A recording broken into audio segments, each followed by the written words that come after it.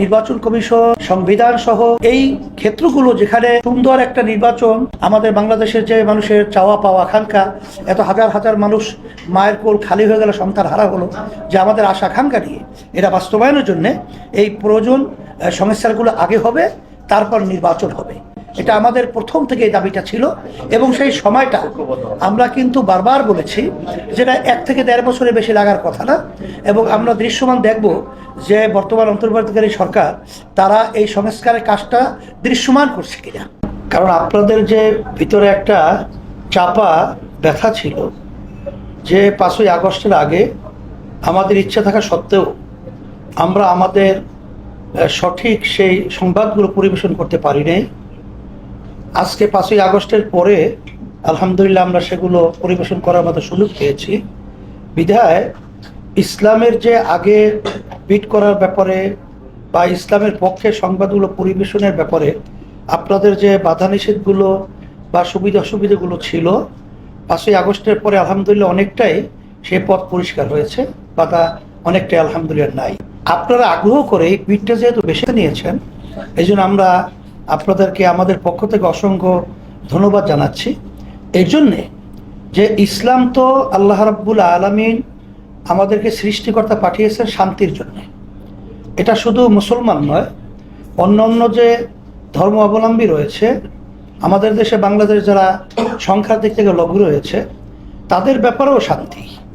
এমনকি একটা ছোট পিপিলিকার পর্যন্ত তার একটা স্বাধীনতার নিশ্চয়তা কিন্তু ইসলামের ভিতরে রয়েছে। আসলে ইসলাম ব্যাপারটা আমরা অনেকে ওইভাবে উপস্থাপন আমরাও করতে হয়তো বা ব্যর্থ হয়েছি, অথবা আমরা বোঝার ব্যাপারেও অনেকটা অনাগ্রহ ছিলাম বা ওইভাবে শেখার মতো পরিবেশও পাই নাই। বিধায় অনেক মুসলমান আমরা পরিচয় দেওয়ার পরেও, অনেকে আমরা নামাজ হিসাব পড়ার পরেও ইসলামের নামটা শোনার পরে আমাদের কাছে অনেক সময়, যেমন আমার ভাই যে কথাটা বলছিল, আমাদের কলিগরা ইসলামের কথা শুনলেই তারা ভয় পায়।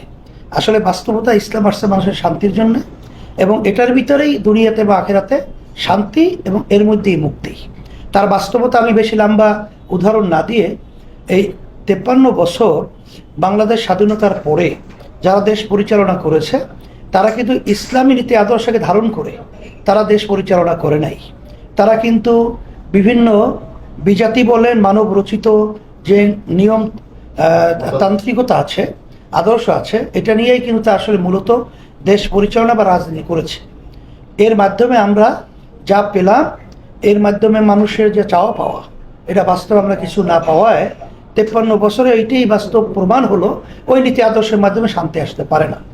5ই আগস্টের পরে এখন আসলে বাংলাদেশের মানুষ এবং আপনারা সহ আমরা সবাই উপলব্ধি করে পেরেছি যে বাংলাদেশে উল্লেখযোগ্য যে রাজনৈতিক ধারা দলগুলো রয়েছে, বিএনপি, আওয়ামী লীগ, জাতীয় পার্টি সহ, তাদের শাসন আমরা দেখেছি। এখন ইসলামের যে শাসনটার ভিতরে কি শান্তি, এটা আসলে আমরা দেখাতে পারি নাই, আর জনগণ দেখেও নাই। তবে বাস্তবতা হলো এতটুকুই যে আপনাদেরকে আমি কথাটা এক কথায় এইভাবে বুঝাবো যে 5ই আগস্ট যখন নাকি মায়ের কান্না এখনো বন্ধ হয় নাই, তার সন্তানকে নিয়ে সে হাজারি করছে, গলা ফাটা কলিজা ছেঁড়া চিৎকার করছে, আর মা যখন বলছিল যে আমার সন্তান কয়েকদিন পর্যন্ত আমাকে মা বলে ডাকছে না, এই কথাটা বলে আর মা যখন কাঁদতেছিল, এই অবস্থাটায় কিন্তু আমরা যারা নাকি ইসলাম এই নীতি আদর্শ ধারণ করি, আমরা কিন্তু তখন দেশ রক্ষার জন্য, এবং আমাদের পাশে যে ভারত, কখনোই তাদের আচরণ আমরা বন্ধুত্ব সুলভ পাই নাই, আমরা তাদের স্বার্থটাই কিন্তু আমাদের উপরে চাপিয়ে দিয়েছে। এটাই আমরা বিগত দিনে দেখেছি। বাস্তবতা আমরা এটাই পেয়েছি। কিন্তু পাশের রাষ্ট্র, আসলে পাশের রাষ্ট্রের সাথে বন্ধুত্বপূর্ণ সুলভ আচরণ থাকবে, কিন্তু এই আচরণটা আমরা তাদের থেকে পাই নাই। সেখানে আমাদের দেশকে আবার অশান্তি করার জন্যে সংখ্যালঘু ইস্যু সামনে নিয়ে এসে তারা যে বিভিন্ন পর্যায়ে আন্তর্জাতিকভাবে দেশটাকে অশান্তি করার একটা ক্ষেত্র তৈরি করতে পারে, এই চিন্তাটা আমরা করি। আমরা কিন্তু ইসলামী আন্দোলন বাংলাদেশ এবং যারা ইসলামকে ধারণ করি, আমরা কিন্তু আলহামদুলিল্লাহ দেশকে রক্ষার জন্যে, সংখ্যালঘুদের জানমাল ইজ্জত, তাদের উপাসনালয়গুলো আমরা নিরাপদ রাখার জন্যে আমরা কিন্তু পাহারাদারি দায়িত্ব পালন করেছিলাম। তখন আমরা কিন্তু অন্তর্বর্তীকালীন সরকার প্রধান ডক্টর ইউনূস সাহেবকে আমরা কিন্তু বলেছিলাম যে আপনারা তখন সরকার গঠন করেন নাই, তখনও কিন্তু আমরা আমাদের নিজেদের দায়িত্বে আমাদের দেশের মানুষের কষ্ট লাঘবের জন্য তখন কিন্তু প্রশাসনিক কাঠামো ভেঙে পড়েছিল, তখন প্রশাসনিক কার্যক্রম ওইভাবে চলার মতো ক্ষেত্র ছিল না। তখন আমরা কিন্তু রাস্তায় যানজট লাঘবের জন্য আমরা তখন কিন্তু ট্রাফিকের সিগন্যালের দায়িত্ব পালন করেছিলাম। এইটাই ইসলামী নীতি আদর্শ যারা ধারণ করে তাদের মন মানসিকতা এইভাবে তৈরি হয়। আর তখন আমরা কি দেখেছি, এক শ্রেণীর মানুষ তখন কিন্তু তারা চাঁদাবাজির জন্য নেমেছে, তখন তারা ঘাট দখলের জন্য নেমেছে, তারা স্টেশন দখলের জন্য নেমেছে, তখন তারা কেস বাণিজ্যের মধ্যে নেমেছে। তাহলে বোঝা গেল ইসলাম এবং তাদের এই নীতি আদর্শের ভিতরে পার্থক্য এতটুকুই।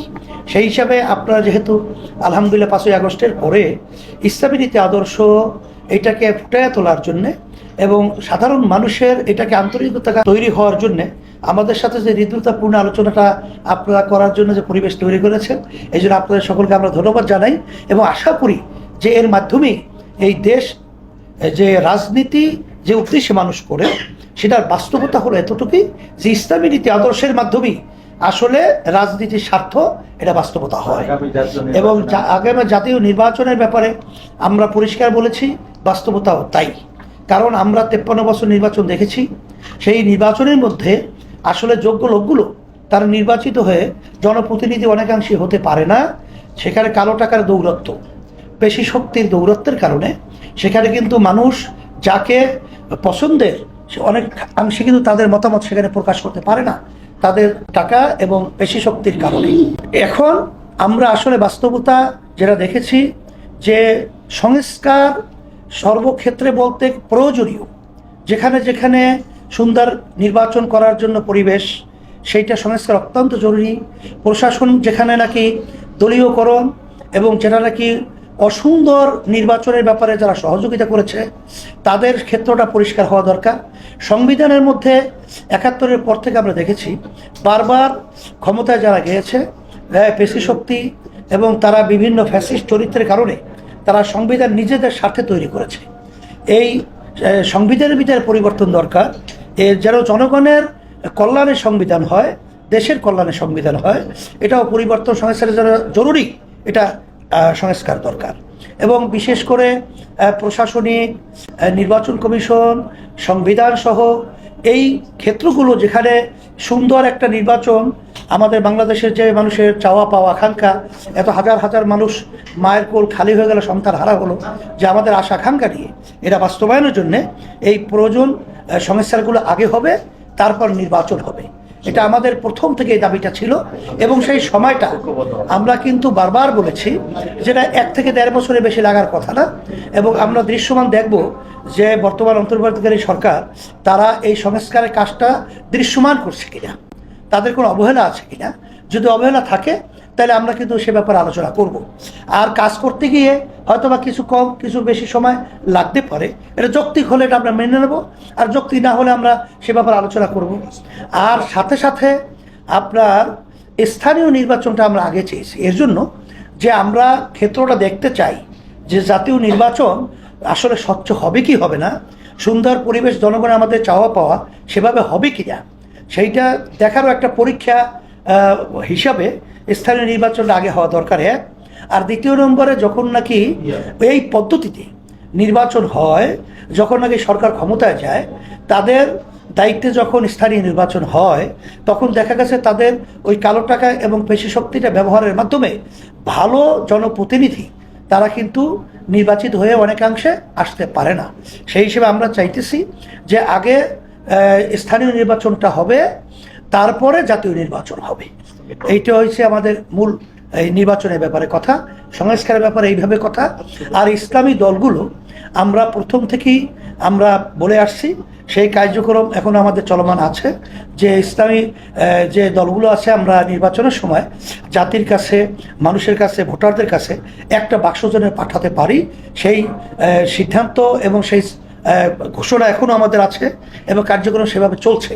তার বাস্তবতা আপনারা দেখেছেন যে ইসলামী দলগুলো নিয়ে আমরা বারবার কিন্তু কয়েকবার আলোচনায় বসেছি এবং তাদেরকে নিয়ে একসঙ্গে আমরা কিন্তু সেটা প্রেস রিভিউ করেছি, সেটা আপনারা সংবাদ পরিবেশন করেছেন এবং আলহামদুলিল্লাহ সেই ধারাবাহিকতায় আমরা সে কার্যক্রম পরিচালনা করতেছি।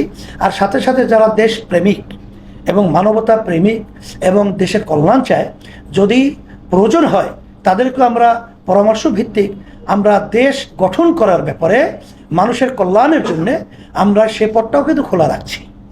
আপনাদের সকলকে ধন্যবাদ।